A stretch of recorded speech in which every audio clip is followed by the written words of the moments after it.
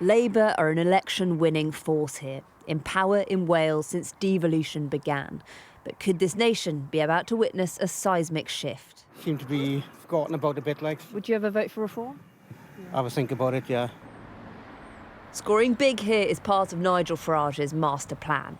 We've chosen to launch our contract in Wales, which seems highly appropriate.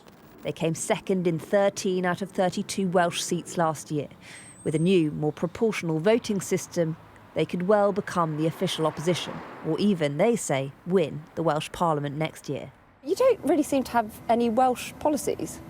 We don't as yet, but you're speaking to the right person.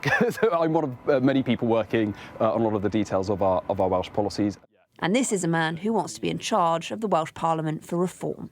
Because we're a start-up, we can go back to first principles with everything, which means taking a very broad and open-minded approach and really borrowing the best from the left and the right to make sure that we end up with the best ideas for public services. We don't just want to talk about reform, but I have to say almost everyone we've spoken to here have brought them up because they have become a force in British politics. And it speaks to the national and maybe international story too. Big main parties losing out to smaller ones. It's exactly the same team he's got to play with, exactly the same players. And there are other smaller parties benefiting beyond reform. Would you vote for Plaid? I do agree with a lot of what Plaid do, but I do struggle with the Welsh nationalist bit of it. On a local basis, I'd probably vote for Plaid as well.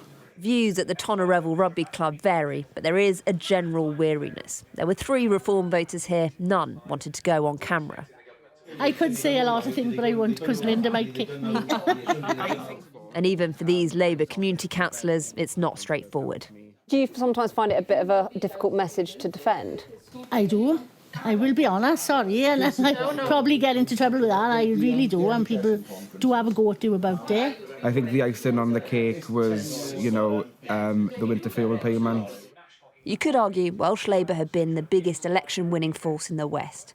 That could be about to change, whether the First Minister likes it or not. Well, I don't think, and I don't accept that things are about to change. An international shift going on at the moment, and I do think that we've got several months now to make sure that people understand what's at stake here. Would you go into coalition with Plaid? Well, if needs must, then clearly, but the key thing is that you keep focused on what do the public want. Would you go into coalition with Reform? I think there's a red line on that one. And frankly, there's nothing Welsh about Reform. They're very much, I think, an English-focused party. From the city centres to the old industrial towns, disillusioned voters who feel left behind are looking to new parties. Actually winning Wales is a huge ask. But through coalition or opposition, the Welsh elections could bring political upset and an omen of things to come beyond Wales. Ali Fortescue, Sky News in South Wales.